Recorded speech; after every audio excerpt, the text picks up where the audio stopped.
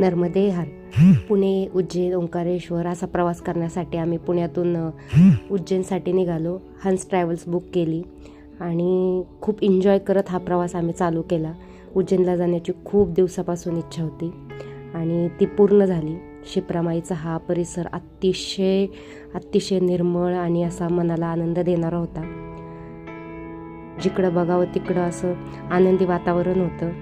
नंतर माईची आरती चालू झाली. ह्या आरतीमध्ये तर शरीरातली सर्व निगेटिव्हिटी मरून जाते, इतका छान अनुभव आला. आम्ही सगळ्यांनी शिप्रामाईची आरती केली. माझा मुलगा, माझा नवरा, आम्ही खूप खुश होतो, कारण की हा क्षण आम्ही पहिल्यांदाच अनुभवला होता. अशी आरती आम्ही पहिल्यांदा कधीच पाहिली नव्हती आणि हा माईचा परिसर इतका सुंदर आहे की अतिशय मनाला आनंद आणि शांतता देणार आहे. सगळेजण खूप छान तऱ्हेने आरती करत होते.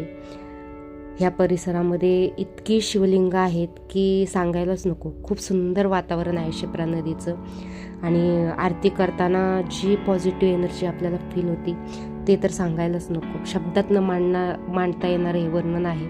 आणि इथे रोज 7, 7:30, 6:30ला शिप्रामाईची आरती होत असते. माझा मुलगा, मी आणि हे खूप छान तऱ्हेने ही आरती आम्ही अनुभवली. आणि ह्या खरंच गोष्टी आध्यात्मिक आहे, त्या अनुभवण्यासाठीच असतात, त्या तुम्हाला शब्दात मांडता येणाऱ्या नाही आहेत. नंतर आम्ही शिप्रामाईला दिवे सोडले, प्रार्थना केली की आमच्या आयुष्यातली सर्व नकारात्मकता निघून जाऊ दे. उज्जैन बाबांचं दर्शन घ्यायला आलो. VIPच दर्शन आम्ही घेतलं, कारण की पास काढले, उशीर झाला होता, त्यामुळे पास काढूनच दर्शन घेतलं. दर्शन पण फार सुंदर झालं आणि महादेवाचं ते लिंग पाहून अक्षरशः डोळ्यातून घळाघळा पाणी वाहत होतं. इतका छान अनुभव होता. त्यानंतर नर्मदाबाईला भेटण्यासाठी ओंकारेश्वरला आलो. ओंकारेश्वर महाराजांचं दर्शन घेतलं. पहिल्यांदाच नर्मदाबाईला इतक्या जवळून पाहिलं होतं. खूप दिवसाची इच्छा होती नर्मदाबाईचं दर्शन घेण्याची आणि ती इच्छा योगायोगाने उज्जैनचं दर्शन घेण्यासाठी गेलो आणि ओंकारेश्वरचं पण झालं. माईला भेटण्याची इच्छा पूर्ण झाली. खूप भारी वाटलं.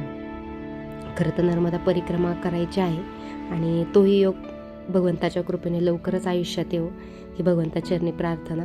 माईला स्पर्श करून जो आनंद मिळाला तोही अगदी निराळा होता. नर्मदे हर.